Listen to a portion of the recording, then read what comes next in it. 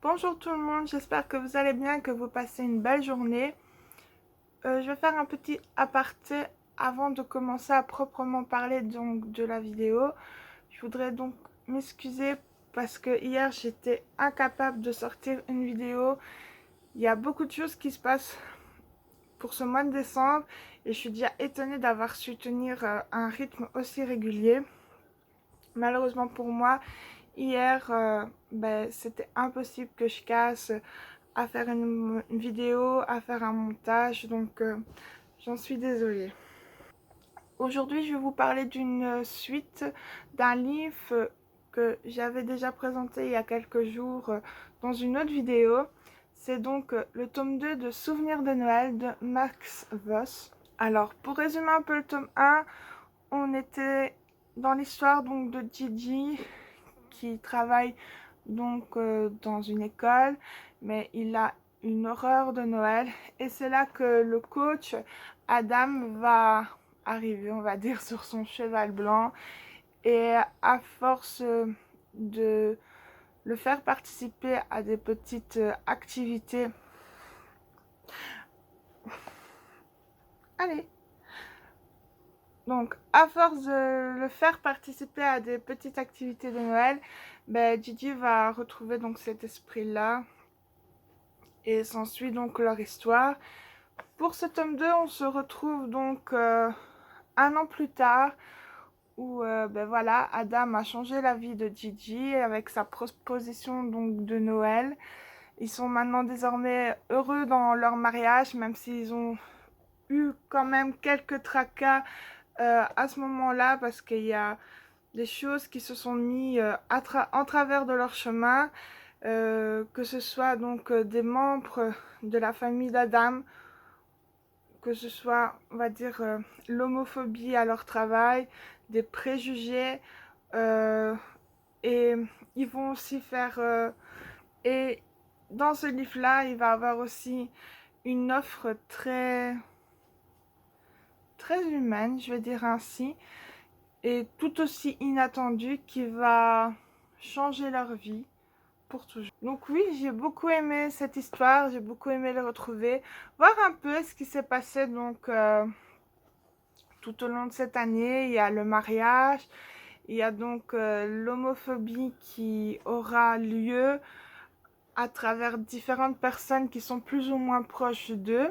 J'ai beaucoup aimé la famille d'Adam, mais ça je l'avais déjà dit avant, mais là on rentre vraiment dans cet esprit familial et c'est vraiment beau de voir comment ils sont soudés, comment ils se taquinent entre eux, comment ils font face aux adversités, parce que pendant tout ce tome-là, on va raconter un peu ce qui s'est passé lors de cette année, mais aussi ce sera pas non plus des fêtes de fin d'année très reposantes, parce que voilà, il y a les collègues, enfin surtout une collègue qui, qui ne fait pas son job comme elle devrait faire.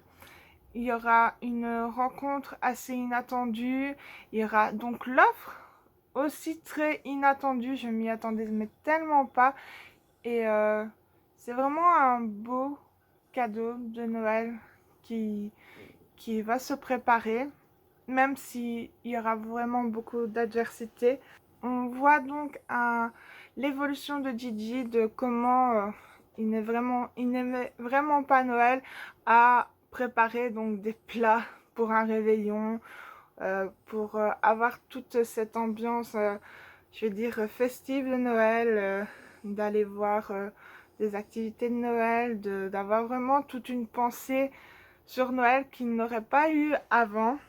C'est vrai que maintenant que je sais que voilà, il y a un tome 3, j'adorerais vraiment pouvoir le lire, continuer un peu de voir le quotidien, un autre réveillon, un autre, une autre fête de fin d'année avec Adam et Gigi et leur famille.